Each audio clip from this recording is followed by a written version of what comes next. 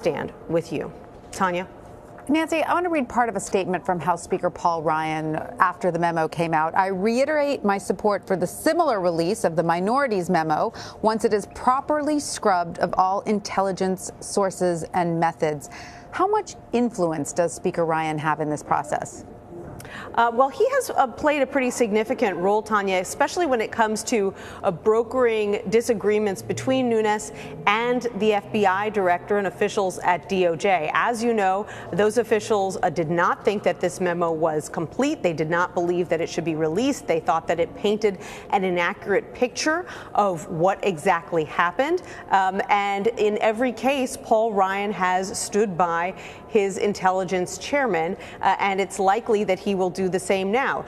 Most Republicans have said that as long as there is no sensitive information within the Democratic memo, or if it is in there, if it is taken out, then they are fine releasing it. But the White House has not said yet whether it will move to declassify the Democratic memo as quickly as it authorized the Republican memo. We have yet to see about that. Now, House Intelligence Chair Devin Nunes had to recuse himself from Russia-related matters last year before being cleared in December.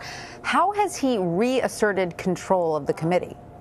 Well, he has been the chair of the Intelligence Committee this entire time, even though he took a step back for a while as that ethics investigation was taking place. And he's still not in charge of the investigation itself. He still did hand that over to another Republican. But as you can see, he is clearly able to still have access to all of the intelligence. He is still able to work independently, and he has been a reliable voice for this White House, asserting sort of the counter argument to some of the conventional narrative about the relationships between White House officials, campaign officials, and Russian operatives. And he said on Fox on Friday evening that this FISA portion of the investigation may be wrapped up now, but he left open the possibility that he would continue to look at what he's described as abuses within the justice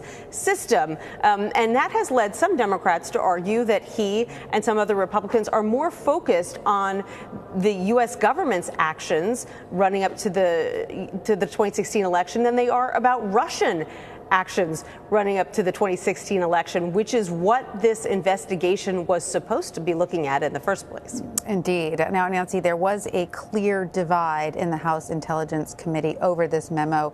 To what extent have partisan feuds undermined the two other congressional Russia investigations? Well, the investigation of record still is the one that's taking place in the Senate Intelligence Committee.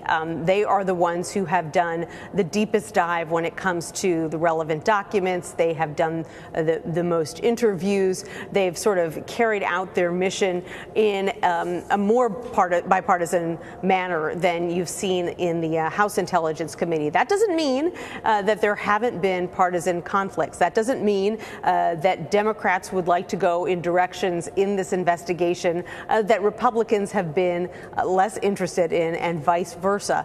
But at least, outwardly, they have really managed to portray this committee's work as focused on a goal that both sides agree with, which is primarily to figure out how Russia managed to have so much influence on, both social media and on the campaigns themselves, and what can be done to prevent it from happening in not just the 2020 elections, but in 2018 midterm elections, which are coming up in less than a year. And that is something that you hear a lot of Democrats and Republicans on the Senate side say needs to be the real focus, and had a much stronger impact on this election. We'll never really know how much impact than anything that the FBI or DOJ did in the weeks running up to the 2016 election. Indeed, and as we all know, those midterms will come upon us before you know it.